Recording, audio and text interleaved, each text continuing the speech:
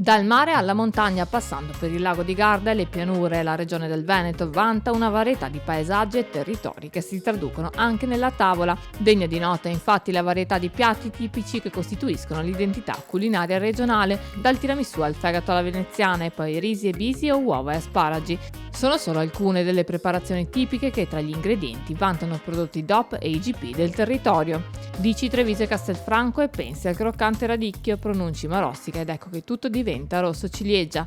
Ormai indissolubile il matrimonio tra asiago e formaggio e poi montagnana e il suo dolcissimo prosciutto crudo. 14 in totale le etichette IGP, 17 le DOP. Tra queste, oltre al patrimonio caseario, anche prodotti ittici come la cozza di Scardovari o l'aglio polesano e poi l'olio del Garda e la soppressa vicentina, solo per citarne alcune. Non manca inoltre anche la mozzarella STG, specialità tradizionale garantita. Tutto questo senza considerare il panorama vitivinicolo regionale ampissimo e ricco di sfumature che fa della storia e della tradizione la propria leva.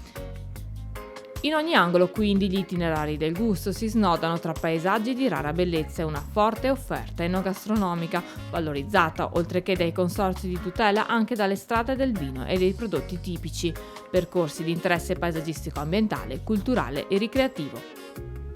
Elementi che hanno permesso alla Regione Veneto di sviluppare una spiccata ospitalità rurale con agriturismi e fattorie didattiche che si contano in tutta la regione. Quest'ultime sono oltre 450 e permettono visite guidate e giornate a tema immersi nella natura.